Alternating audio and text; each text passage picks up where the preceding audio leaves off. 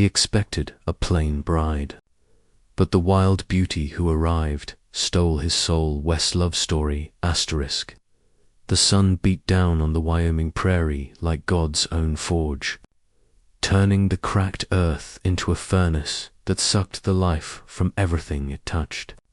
I gripped my rifle tight, sweat stinging my eyes as I stared down the pack of wolves slinking through the dust devils toward my last sorry herd.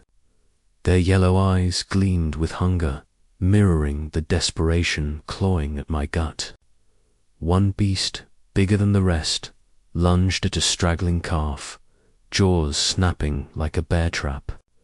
I fired crack, the shot echoing across the empty miles, dropping the wolf in a heap of fur and blood. The others scattered into the sagebrush, but I knew they'd be back.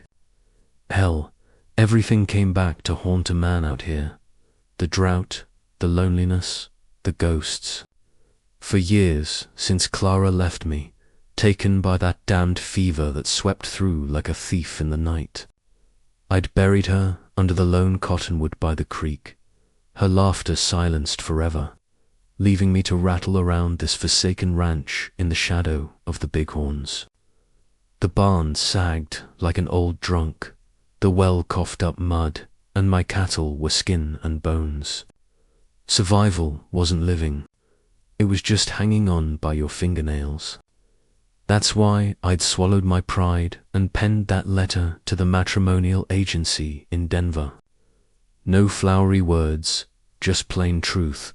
I needed a wife, not some delicate eastern rose to stir up feelings I'd nailed shut in my chest.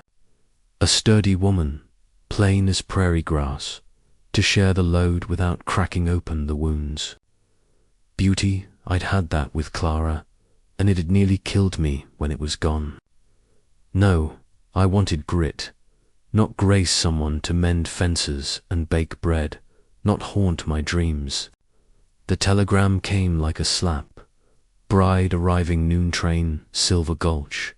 Today, my hands shook as I hitched the team to the wagon, the horses snorting in the heat. I pulled on my clean shirt, the one I'd last worn at Clara's funeral, feeling it chafe like a reminder of all I'd lost. The 20-mile ride felt eternal, each jolt of the wheels pounding doubts into my skull. What if she was frail? What if she took one look at this godforsaken spread and bolted? Or worse, what if she looked like Clara, all soft curves and smiles that could melt a man's resolve? Silver Gulch wasn't much a cluster of clapboard shacks hunkered against the wind, with the saloons spilling out miners fresh from the hills and shopkeepers hawking overpriced feed. As I rolled in, heads turned. Old man Wilkins, the grizzled storekeeper with a limp from a mining cave-in, leaned on his broom and smirked. Hawthorne fetchin', his mail-order gal. "'Bout time you stopped playin' hermit up there," beside him. Sally Mae from the boarding house clucked her tongue, her bonnet framing a face etched with town gossip. Hope she ain't expecting romance. Reverend Hayes, man's heart's as dry as that creek. The Reverend Gall, tall and stern, with his Bible tucked underarm like a weapon, nodded gravely. The Lord provides, but the West tests. Pray she brings more than pretty words. Their stares burned as I tied off the horses and stepped onto the platform. The train's whistle pierced the air, a mournful wail that matched the ache in my chest. Smoke billowed, wheels screeched, and folks spilled out. Dusty travelers, a family with wide-eyed kids, salesmen hawking wares.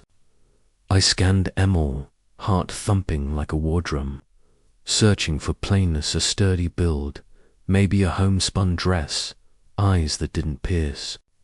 Then she stepped down. Lord Almighty. Raven hair tumbled like a midnight waterfall under her simple hat, framing a face that could launch 1,000 stampedes, high cheekbones, lips full as ripe berries, and emerald eyes that stormed right through me. Sophia Langford, She said her name was, her voice low and steady like a river carving stone. But she wasn't plain.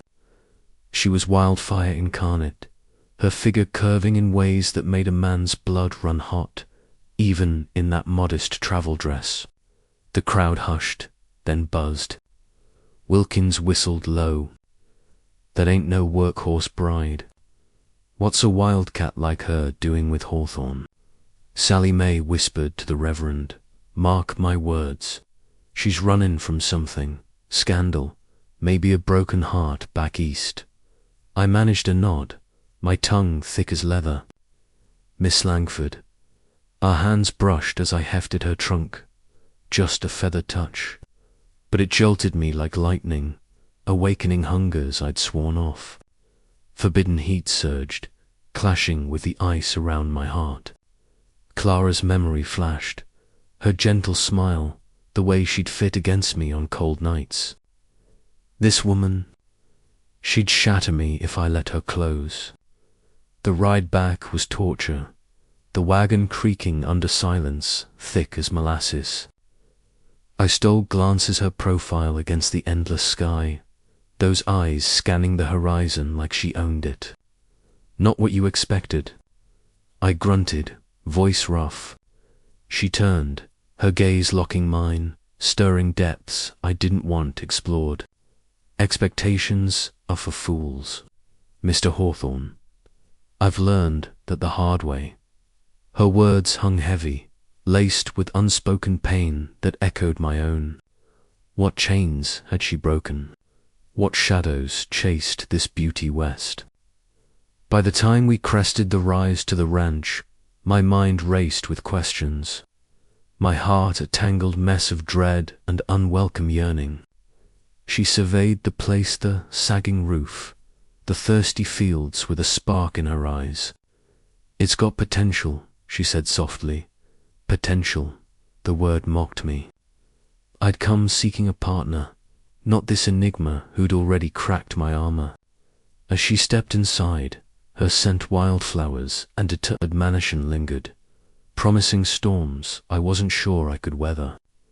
Little did I know, she carried secrets that would test us both, forging a love wilder than the prairie itself.